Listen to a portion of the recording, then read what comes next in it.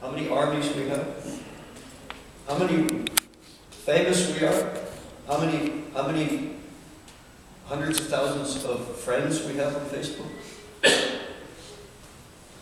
how many hits are there for everything that we speak, how many people come to our speeches? Doesn't matter. Death is the great equalizer, right? Thus thou shalt be by the teachers. So, if a person is healthy in their consciousness, then they will accept this. They might fight a little bit in the beginning, but then they accept the inevitable. And they turn their vision away from what I'm being taken away from the detachment, towards a movement to the infinite. So becoming detached from the finite, including our body, and movement towards the infinite. So this can be, as I mentioned, a great liberating process for going higher. Death should be seen as a transition. We're all on a pilgrimage, all on a journey. And it's just another stage. Tatasya hitrvo prityu javam janma pritasya cha. Krishna says to Arjuna, tasmana prihayati natvam sachitamars. Why lament for something which is inevitable? You can't do anything about it. So I was amazed. I told Prabhu, Bhaktananda Mataji, how when I came last Sunday,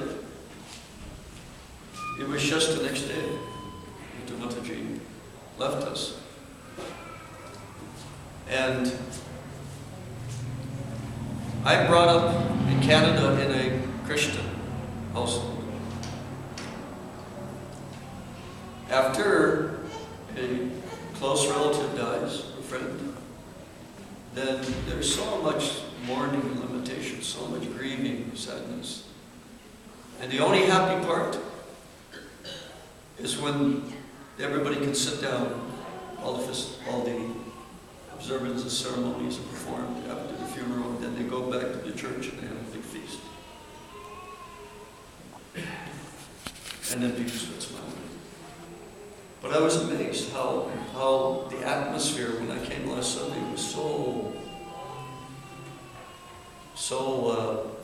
sober, yes, but not dejected, not depressed.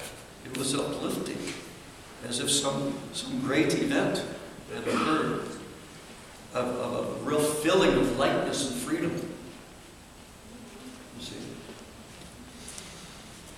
So I'm reminded of a story that Prabhupada had told us on numerous occasions about a sadhu who was traveling through the countryside in India, and everyone he would meet, he was offering some different type of lesson. So Rajpucham Chiram Jiva, first person he came upon was the prince, king's son, prince. Very beautiful, handsome youth. And he had so much wealth and opportunities for enjoyment at his disposal.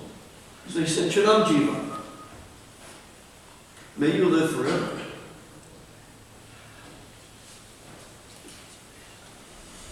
Then he walked further, and he came upon a brahmachari in the house of the guru.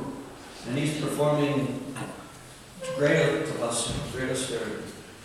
He's rising very early in the morning, serving all day long the guru, menial tasks, studying the Shastra. So many things like this. You know, great hardship, austerity. So he said, Muni Putrika Maji. He says to him, don't live. First one he said, may you live forever. This one he says, don't live. Then third, he saw Sadhuva Jivava Manova. He saw a great saint. And he said to him, may you live or die. The other way doesn't matter. And then lastly, he saw Butcher. Butcher's coming out from where he does his business. He has a knife, blood on his hands, smells. And he tells him, Ma Jiva, Ma, for you, dear sir, I bless you, don't live, don't live. Why? Because this life is hellish now. Everyone knows that profession, even in America, that profession is very big turnover, big accident rate, and great rate of depression amongst that profession, as there is PTSD in armed forces. So likewise, the butcher industry. And if he dies, even worse. You can tell when this is fate, this is right. How much suffering he's going to have to accept upon himself for all the suffering he's performed upon his helpless animals. So don't live though. We're going back to the beginning of Prince. Everything is nice in his life. Everything is happy and peaceful and bright. But tendency is, you see, when things are going good like that, we tend to be a little bit careless in the way we treat others. We may exploit others. When things are going too good,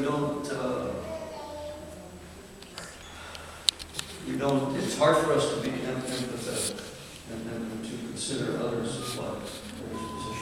We tend to be a little haughty and proud, So, you see what happens to anybody in the show business or the sports heroes? As soon as they get to the top, they become so arrogant. So arrogant. And always